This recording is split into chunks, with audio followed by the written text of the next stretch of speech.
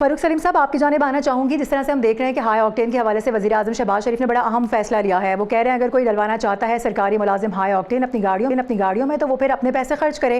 क्या ये फैसला आपको दुरुस्त लगता है? और इसके अलावा जो इतना पेट्रोल और भी बड़े वज़ीर वशीर इंजॉय कर रहे हैं, आपको नहीं लगता कि उसमें भी थोड़ी सी कटौती होनी चाहिए? दूसरी जानिब कुछ अभाम भी सामने आ रहे हैं। खैबर पख्तूनख्वा की हुकूमत ये कह रही है कि 9 अरब रुपये की बचत का प्लान तो है, लेकिन लगता ये है कि ये प्लान फुलफिल होता हुआ नज़र नहीं आ रहा है कि एक अरसे के बाद मैं समझता हूँ कि वज़ीर आज़म शहबाज शरीफ साहब ने जो हाई ऑक्टेन के हवाले से फैसला किया है वो वाकई में सब्सिडाइज करता है गरीब की जेब को और पैसा निकालता है अमीर की जेब से।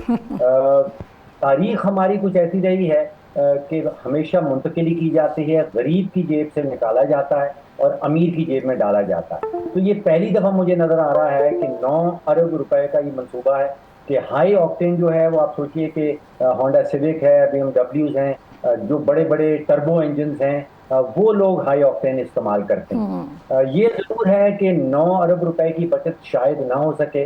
मेरा तखमीना ये है कि तकरीबन 6 से 7 अरब रुपए की बचत जो है वो हो पाएगी।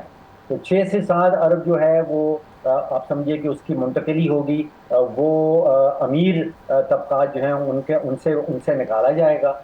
और अब होपफुली अभी हुकूमत ने वादे नहीं किया कि वो जो बचत होगी उसको सर्फ कहाँ करना, उसका खर्चा कहाँ होगा। मेरी रिकमेंडेशन ये होगी कि जो मोटरसाइकिल सवारान है पाकिस्तान में, मोटरसाइकिल राइडर जो हैं वो पाकिस्तान की मईशत की रीढ़ की हड्डी हैं। बिल्कुल। और उनके ऊपर ये बोझ सबसे ज्यादा पड़ता है जब आप पेट्रोल की कीमत जो है वो बढ़ाते हैं।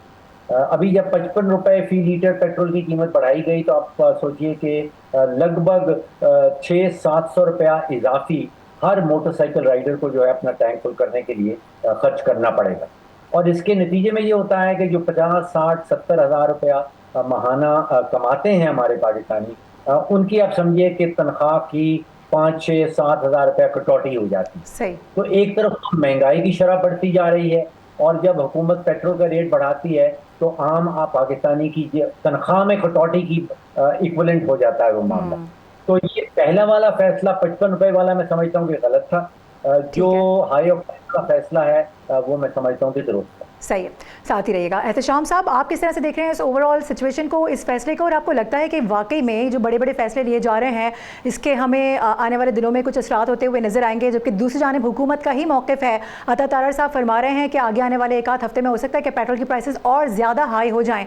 तो इस तरह से मईशत को सहारा कैसे मिलेगा? आवाम को किस तरीके से फिर किया जाएगा नॉर्मलाइज, जो इतने गुस्से में ऑलरेडी बैठे हुए हैं? इसके अलावा फिर मुल्क तो इस तरह से नहीं चल सकता। ऑप्शन क्या रह जाता है पीछे?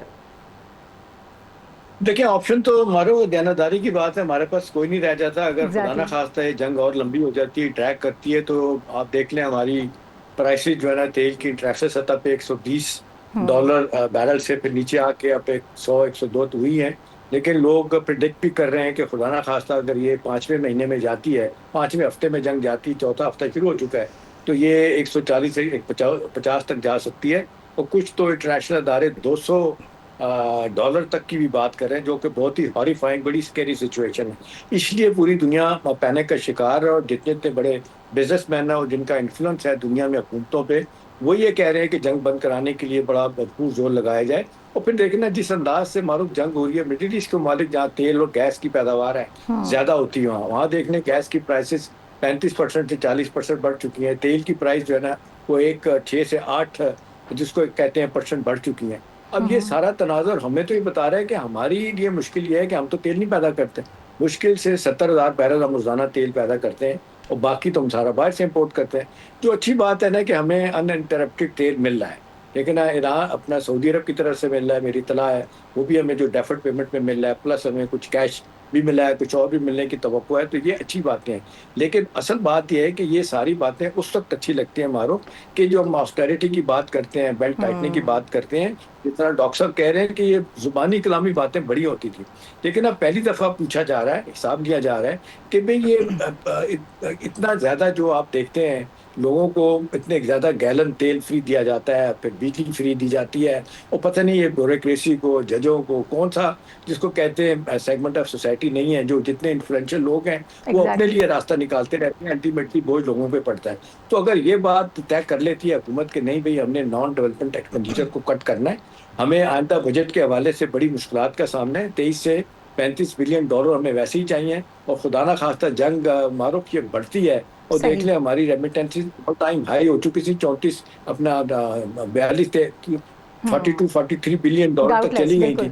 बिल्कुल। इस पे फिर नीचे मसला होगा, क्योंकि सऊदी अरब और यूएई से आप देख लें 20 से 22 बिलियन डॉलर में आते हैं, तो हमें तो किसी तरह सूट नहीं करता। हमारे लिए जरूरी है कि सही मानों में नारेबाजी ना की जाए और हुकूमत सख्ती करे, और वाकई जो गैर जरूरी अखराजात हैं उन्हें कम किया जाए। सही। और ये जो अलग होते हैं जी, बिजली दी जा रही है फ्री में, गैस दी जा रही है फ्री, पेट्रोल फ्री दी जा रहा है, इस पे कंकर लगाई जाए तो मेरा ख्याल है कुछ ना कुछ हमारे लिए कुछ सूरत हाल बेहतर हो सकती है।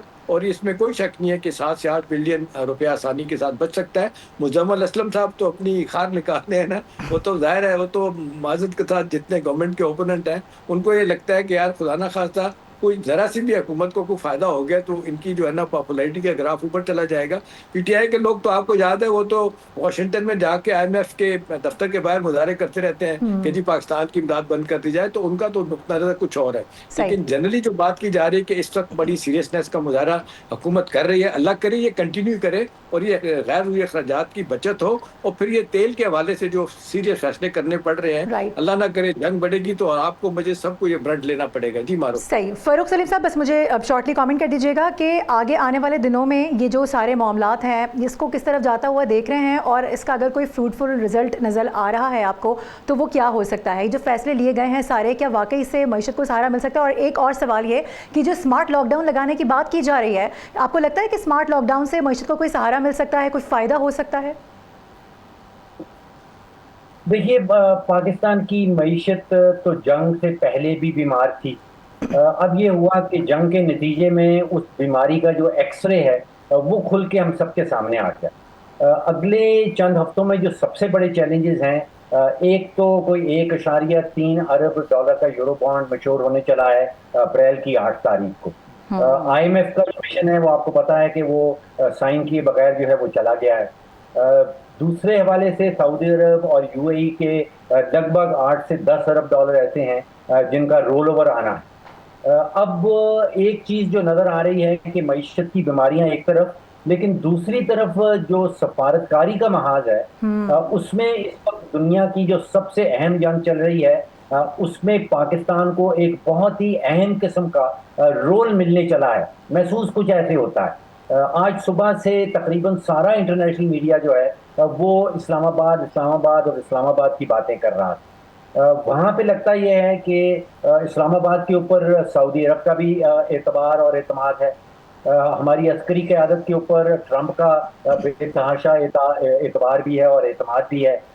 ईरान का हमारे साथ कोई 900 किलोमीटर का बॉर्डर लगता है। तो पाकिस्तान और ख़ासतौर पे इस्लामाबाद एक आइडियल शहर बन जाता है कि जहाँ पे कोई सीज फायर, कोई मीडिएशन का, कोई सालसी का काम जो है वो हो सकता है।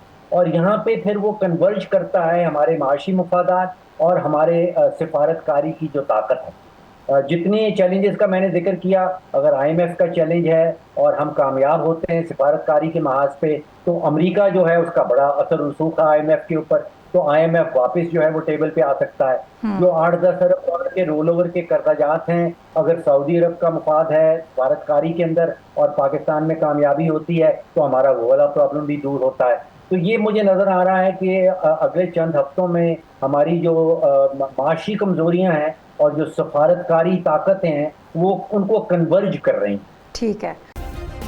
सब्सक्राइब करें और बेल दबाएं ताकि कोई खबर रह न जाए।